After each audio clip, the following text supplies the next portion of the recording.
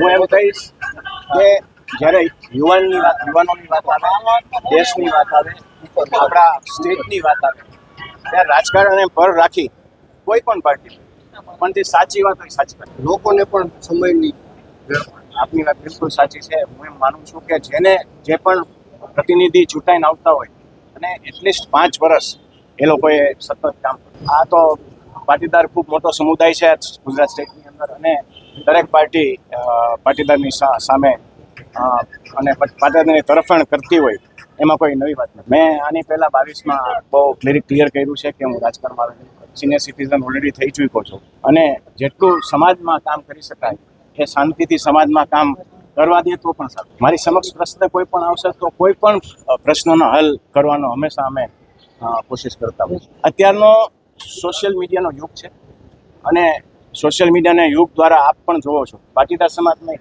પણ આખા વિશ્વની અંદર લોકો કામ કરતા હોય, લોકો આગળ વધતા હોય, એમાં ક્યાંય ને ક્યાંય રોડા નાખવાનું ખાલી અમારા સમાજમાં નહીં પણ દરેક જગ્યાએ આપ જોતા હો છો. ત્યારે હું એટલી જ વિનંતી કરું છું કે જે કામ કરતા હોય ને કામ ફક્ત કરો. આજની તારીખે કોઈ સ્પષ્ટ રાજકારણની વાત આપ ન પૂછો તો સારું.